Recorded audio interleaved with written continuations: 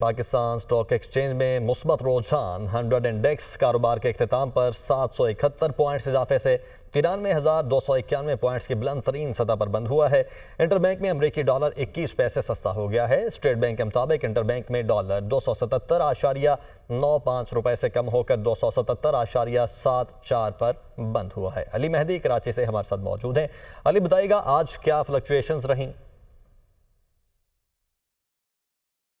जी आज जो है पाकिस्तान स्टॉक एक्सचेंज में कारोबार का आगाज़ मुस्बत अंदाज में हुआ। पूरा दिन मार्केट ने जो है ग्रीन जोन में मूव किया है। पॉजिटिव सेंटीमेंट रहा है। माहिरीन का कहना है कि आर्मी चीफ के सऊदी अरबिया के दौरे और वहाँ आला हुक्काम से मुलाकातों को मार्केट में खासा पॉजिटिव लिया गया है, जबकि इसके साथ साथ करंट अकाउंट जो है मुसलसल तीसरे मंथ जो है सरप्लस रहने की तवक्को। इसके साथ शरह सूद में कमी का भी मार्केट पर मुस्बत असर देखा जा रहा है और दीगर इकनॉमिक इंडिकेटर पॉजिटिव होने के बायस मार्केट में सरमायाकारी को फ़रोग मिल रहा है, जिसके नतीजे में मुसलसल मार्केट में जो है नए लेवल ब्रीच हो रहे हैं। अगर हम बात करें तो रवा हफ्ते में इंडेक्स में 1600 पॉइंट्स का इजाफा हो चुका है, जबकि आज इंटरडे ट्रेडिंग के दौरान जो है 100 इंडेक्स जो है 93,514 पॉइंट्स की बुलंद तरीन सतह तक भी गया था और मार्केट ने 948 पॉइंट्स के बैंड में मूव किया है। मजमूई तौर पर 76 करोड़ और 13 लाख हिस्से के सौदे 30 अरब 15 करोड़ रुपए में तय हुए हैं। माहिरीन का कहना है कि आइंदा हफ्ते में जो है IMF के वफ्द की जानिब से पाकिस्तान का दौरा मुतवक्किल है, को इस लिहाज से भी